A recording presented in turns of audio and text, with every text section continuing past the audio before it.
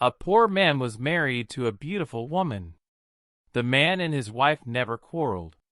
The husband loved his wife, and the wife loved her husband. They were very happy. But this happy couple had a rich, handsome neighbor.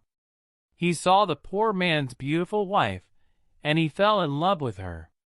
I want to marry her myself, he thought. Every day, when the woman's husband was working in the fields, the rich man went to the poor man's house. "You're a beautiful woman," he said to the poor man's wife, "but your clothes are old. Why doesn't your husband buy new, pretty clothes for you? I'm sure he doesn't love you. If he loved you, he would buy wonderful clothes for you. Divorce him and marry me. I will buy you beautiful new clothes, the best in the land. Then you will be the most beautiful woman in Ethiopia."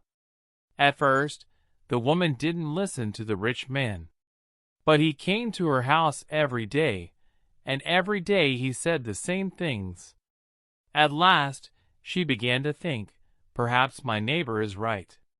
Why doesn't my husband buy beautiful new clothes for me? Perhaps he doesn't love me.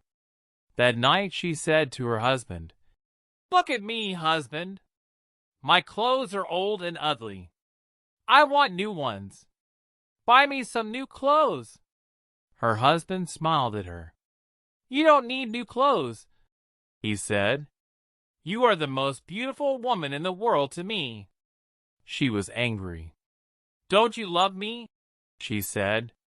"If you love me, buy me a new dress." Her husband loved his wife, and he wanted to please her.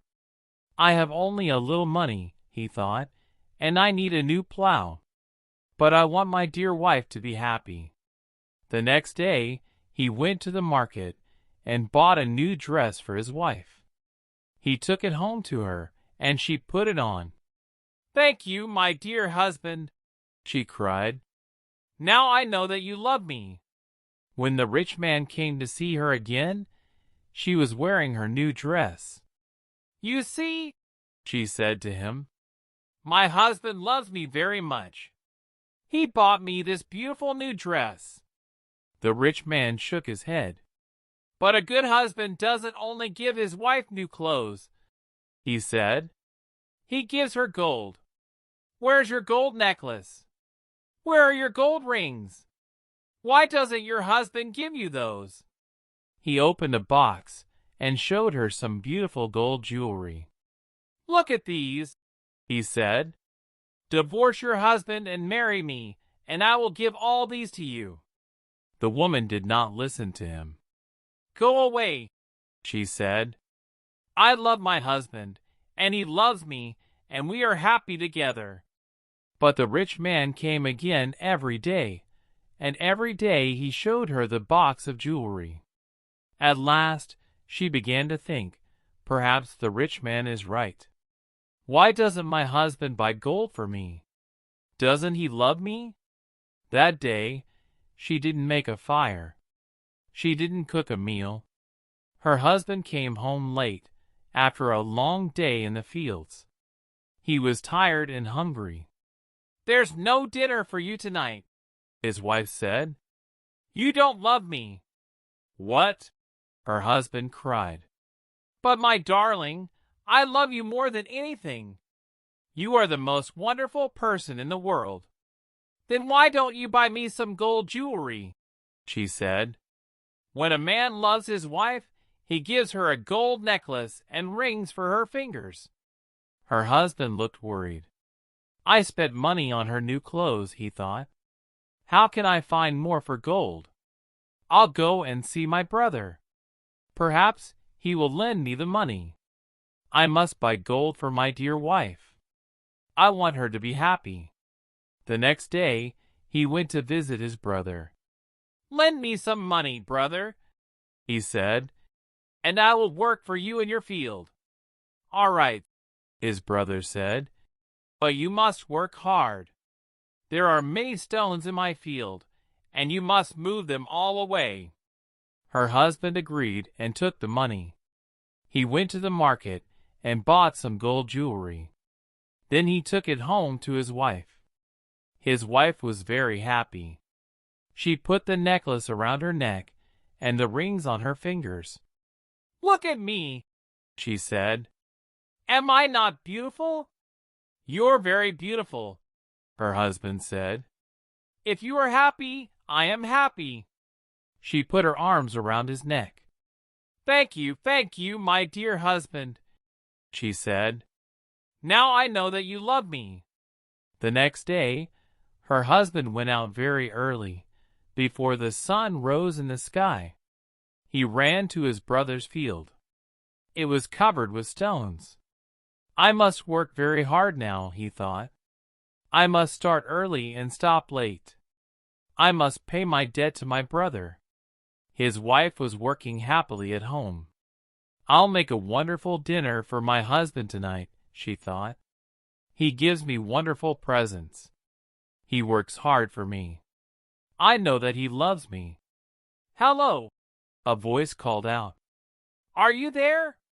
The woman went outside. Her rich neighbor was there.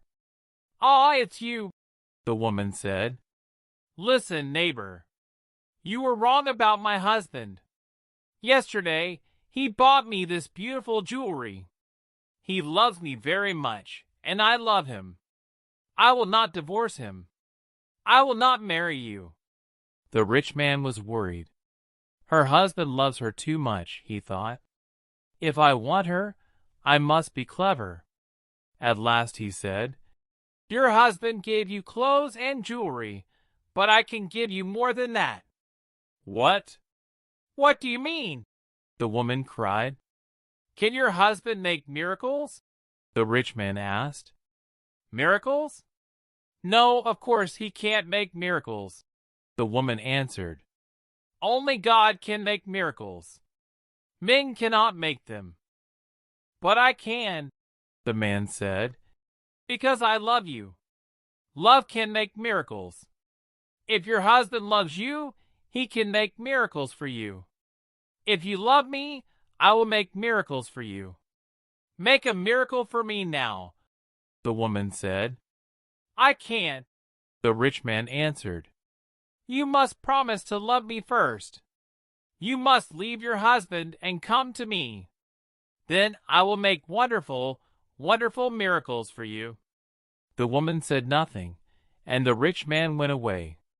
That night, the poor man came home late. He was very tired and hungry. His wife brought water for him, and he washed himself. She brought delicious food for him, and he ate it. "My poor husband," she thought. "He works so hard for me, and he is so tired and hungry. The rich man is foolish.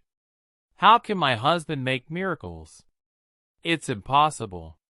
But the next day, and the day after, and the day after that, the rich man came to her house again. "Did your husband make a miracle for you yesterday?" he asked the woman.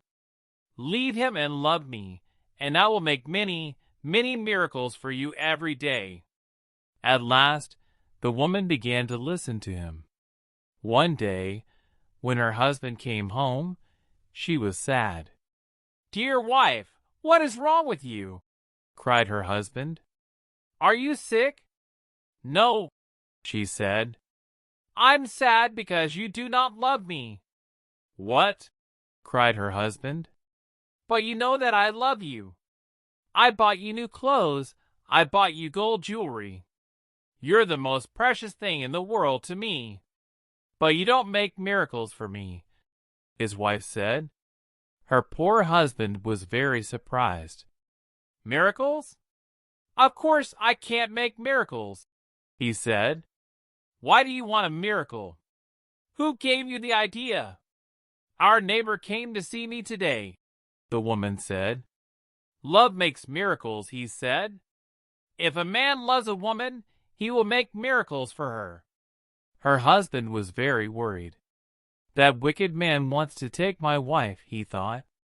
"All this trouble comes from him. When he first came here, she wanted new clothes. Then she wanted gold jewelry. And now she wants a miracle. What can I do? If I don't make a miracle, perhaps my wife will leave me and marry him." The next day, he went slowly to work in his brother's field. "I must pray," he thought. "Only God can help me now." He looked up to heaven. "Oh, Lord God," he prayed, "please help me to make a miracle. I love my wife, and I want to keep her. Don't let this rich man take her from me." He worked all morning, moving stones from his brother's field. In the middle of the day, he sat down under a tree to rest. A man was sitting there already. "Who are you?" the poor man asked. "I am a wizard," answered the man, "and I have a gift for you. Look, here are 2 sticks. They make miracles." "Miracles?" the poor man said. He was happy now. "What kind of miracles?" "If you touch a person with the first stick," the wizard said, "he will become a donkey." The poor man thought of the rich man, and he smiled. "A donkey," he said. "That's very good. And if I touch him with the second stick, what will happen?" "He will become a man again," said the wizard. The poor man took the sticks and jumped up. "Oh, thank you, my friend," he said. "I prayed to God, and he sent you to me. Now I can keep my wife and punish my enemy." He ran home. "Wife," he called out, "come here. I'm going to make a miracle." His wife came out of the house. "A miracle?" she said. "What miracle?" "Look," said her husband. He touched her with the first stick. At once she became a donkey. She lifted her head and tried to speak, but she could not. "Hee-haw! Hee-haw!" was all she could say. Her husband touched her with the other stick, and at once she became a woman again. "Husband, that's wonderful," she said. "It's a real miracle. How did you do it?" "I prayed to God," her husband said, "and he helped me. And now, wife, I am going to punish my enemy." "Your enemy?" said his wife. "Who is that?" "You know my enemy," her husband said. He was looking at her, and he wasn't smiling now.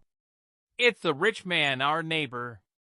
He comes to our house when I'm working in the fields. He gives you bad ideas. Ask your husband for new clothes, he says. Ask him for gold jewelry. Ask him for a miracle. Am I right? Did our rich neighbor give you all these ideas?" His wife said nothing. "And did you listen to him?" her husband went on. His wife did not look at him. She was ashamed. "I'm sorry," she said. "It's true. He said all those things. He wanted me to divorce you and marry him, and I listened to him." "And do you want to divorce me and marry him?" her husband asked. She looked at him. Her eyes were full of tears. "No, dear husband. I want to stay with you forever, and I will never listen to him again." "Then take this stick," her husband said, "and touch the rich man with it." He gave his wife the first stick, but he hid the second one in the roof.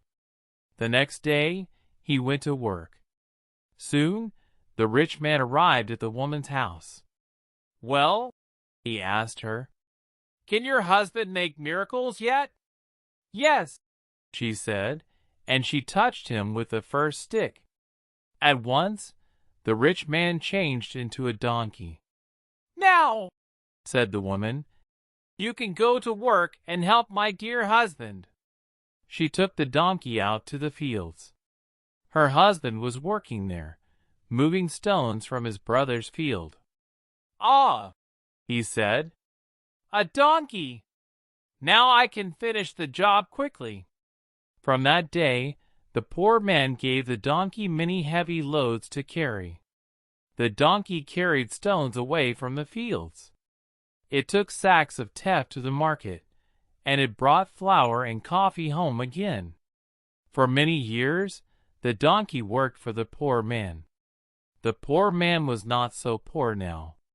The donkey was helping him, and he was becoming richer. One day, the poor man looked at the donkey. It was tired and old. It stood still, its head bent down. The poor man was sorry for it. He went into his house and brought out the second stick. Then he touched the donkey with it. At once, the rich man stood there. But he was not a handsome young man now. He was old. His back was bent. He was very, very tired. "You tried to take my wife away from me," the poor man said. "That was wrong. Go home now. Don't look at other men's wives again." The rich man went away, and he never came back again. The poor man and his wife lived happily together for many more years. The end.